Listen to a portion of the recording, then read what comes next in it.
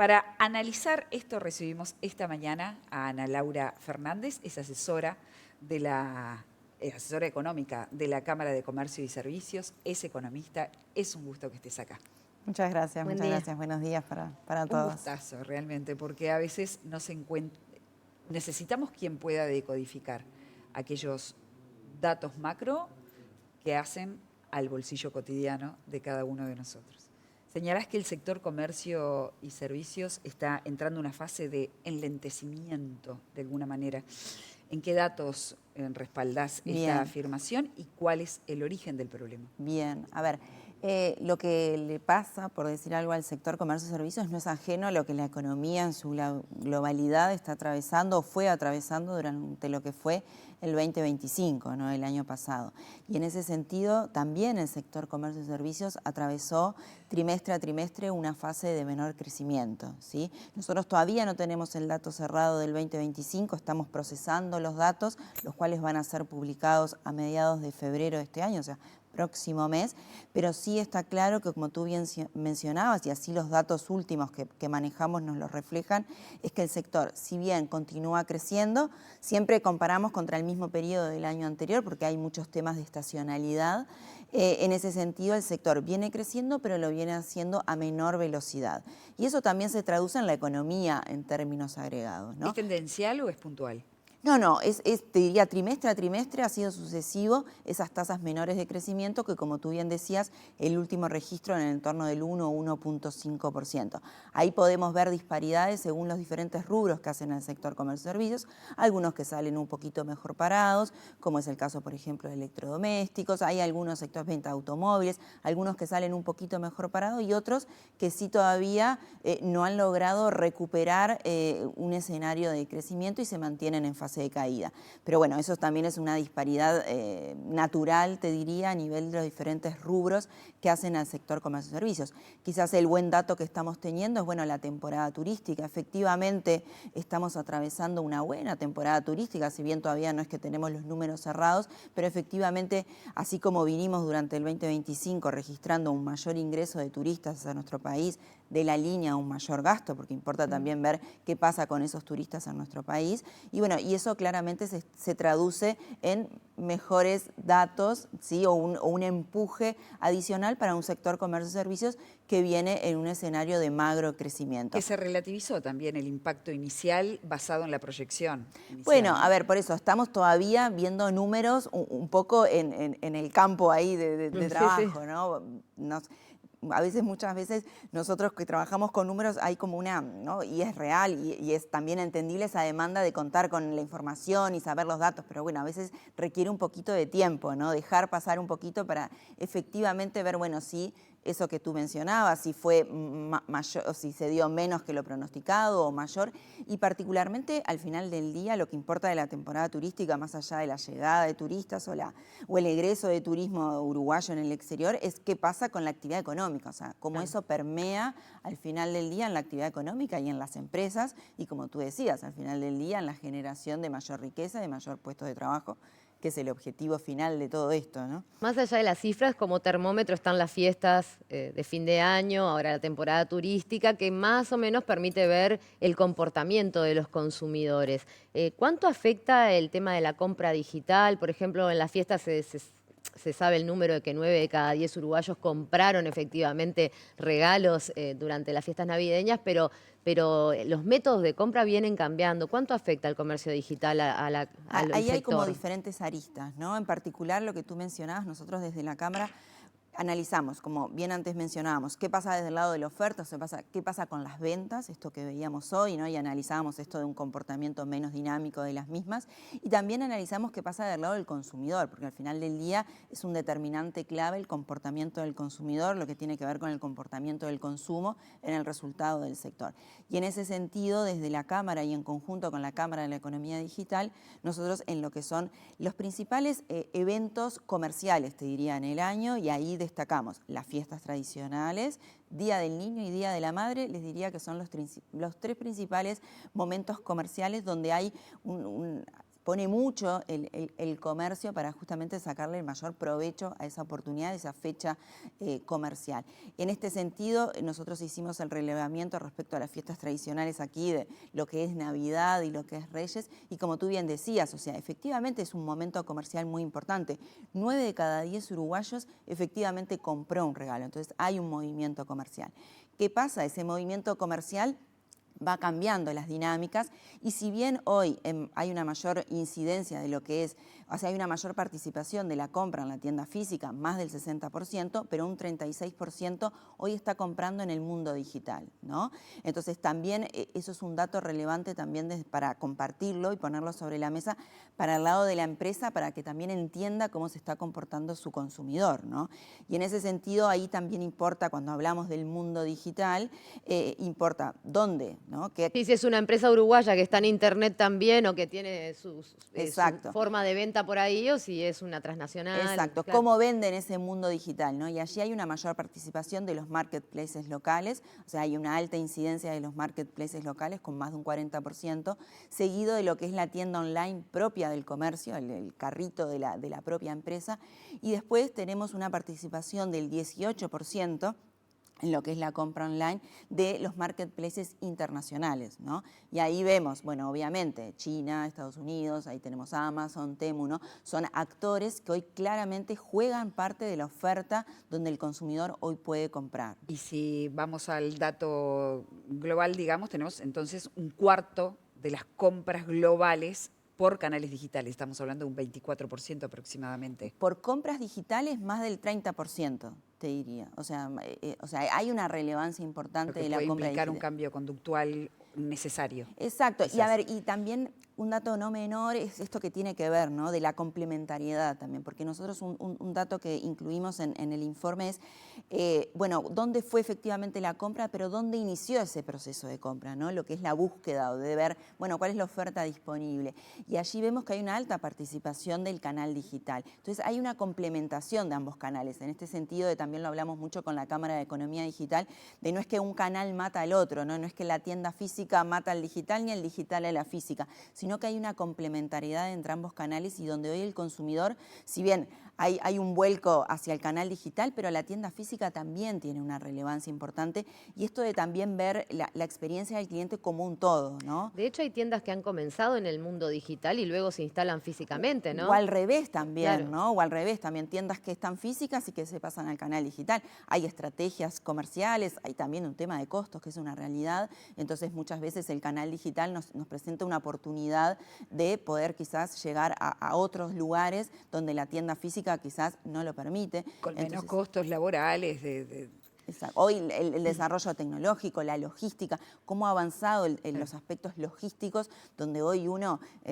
como consumidor, lo digo, hace una compra, y bueno, en el caso de Montevideo particularmente, que es la experiencia, pero uno quizás en el día, en las horas o minutos, le diría, ya puede estar recibiendo la compra en su casa. Entonces, eso también ha hecho que mayor cantidad de personas efectivamente se vuelque al canal digital. Ana Laura, cuando empezábamos a describir en la primera pregunta la situación del sector, hablabas de las disparidades, ¿no? Entre rubros, pero hay otro corte que era al que queríamos llegar, que es el corte territorial, y qué pasa con Montevideo y el interior, y cuáles son las estrategias de supervivencia en el interior que deben ser distintas que las de Montevideo.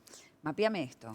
Y a ver, ahí, y cuando hablamos de interior, a su vez, dentro del interior interior y el interior, ¿no? Claro. Porque ahí nosotros, por ejemplo, en el análisis que hacemos en nuestra encuesta, nos encantaría poder llegar al dato departamental, nos encantaría poder tener el dato de qué pasa con el comercio en cada uno de los departamentos. Es un desafío que todavía tenemos por delante porque dependemos de la voluntad de las empresas que nos contesten esta encuesta, que nos hagan llegar la información, porque ahí estamos bastante, les diría, tenemos poca información desde el lado oficial, entonces ahí dependemos mucho de la voluntad de las empresas y ahí nosotros dividimos dividimos el país en 5 regiones, ¿no? Y es diferente lo que pasa en la zona metropolitana, lo que pasa en las zonas más turísticas, costeras, lo que pasa en la frontera, ¿no? Y ahí particularmente, más allá de la frontera, cuál es la realidad con Argentina, cuál es la realidad con Brasil. Hoy quizás el mayor desafío lo viene atravesando los departamentos que tienen frontera con Brasil, porque allí efectivamente hace una frontera seca.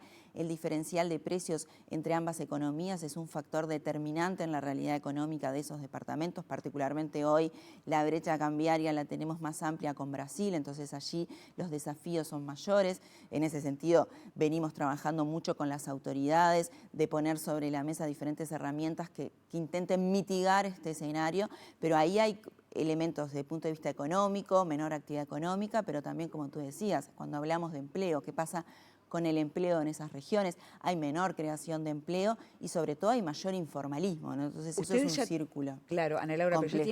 pero ya tienen datos de impacto sobre las medidas de frontera aplicadas, por ejemplo, con Brasil, que es donde tenemos la mayor brecha. A ver, tengamos en cuenta que esas medidas particularmente en campo se comenzaron a aplicar en las primeras semanas de diciembre, o sea que todavía es un poco, también son medidas relativamente complejas de implementar.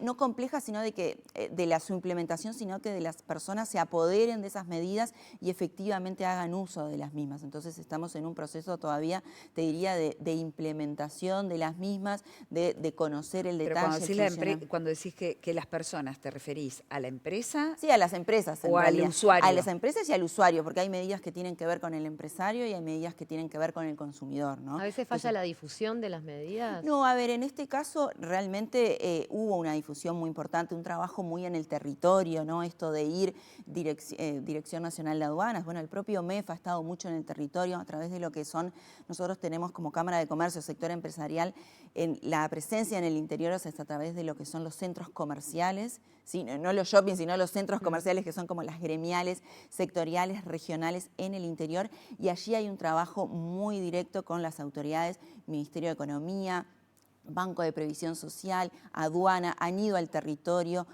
si no, se han hecho reuniones también virtuales, o sea, hubo mucho en esto de difusión. Lo que pasa es que como todo, ¿no? Empieza a andar y empieza a utilizarse y después, a partir de eso, comenzar a analizar cuáles son los impactos que esto puede tener, ¿no? Entonces ahí creo que hay que esperar un poquito más, también ver qué pase en la temporada turística.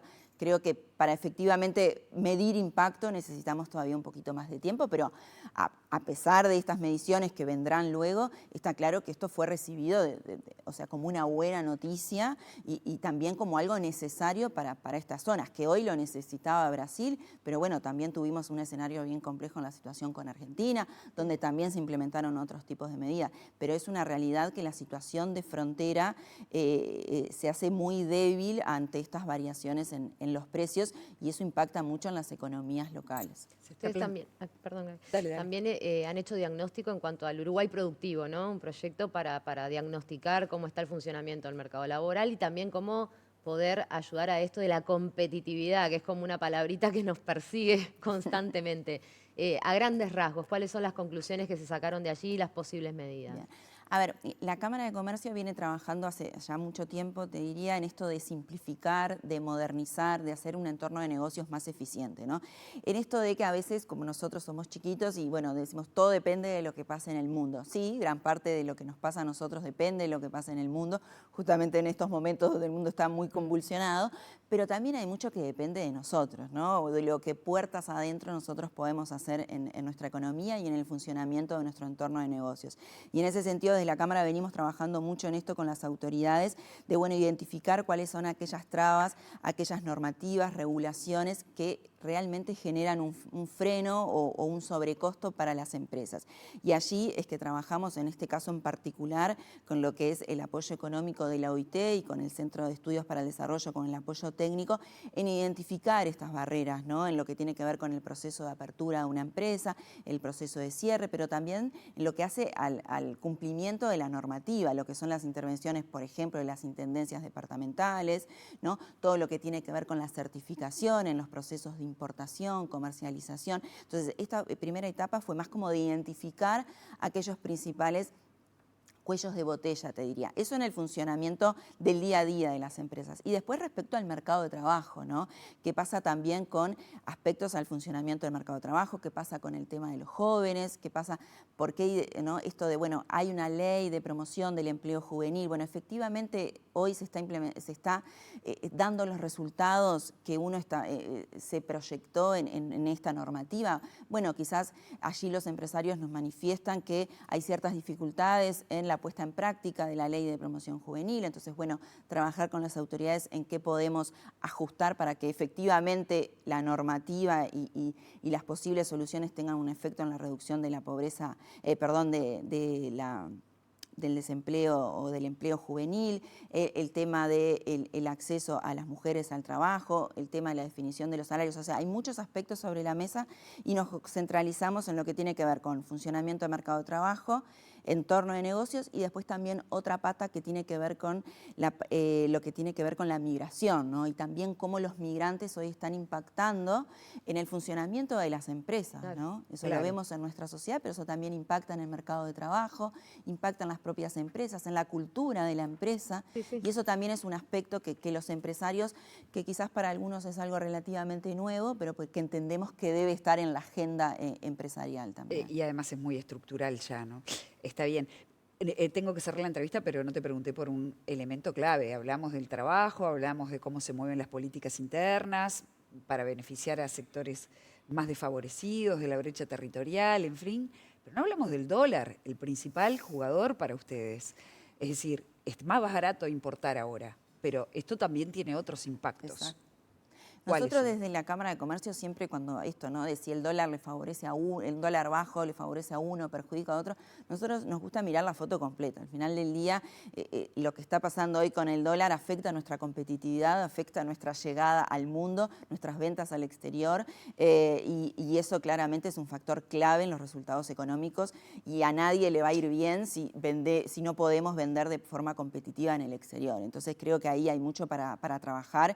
Bueno, si bien hay un determinante internacional, pero quizás también con ajustes locales que puedan hacer que esta caída tan abrupta del dólar se detenga o la velocidad sea menor o haya cierta reversión. Hoy ¿no? se reúne el Banco Central que adelantó su reunión del Copón. Exactamente, cambió el calendario Exacto, en lo base a esto. cambió Por eso para- Hay también digo, preocupación, más claro. allá de que el dólar es un precio internacional, pero también puede haber ajustes que nosotros En podemos 30 hacer en la segundos, interna. ¿qué le piden al Estado o al gobierno a los efectos de apoyos concretos?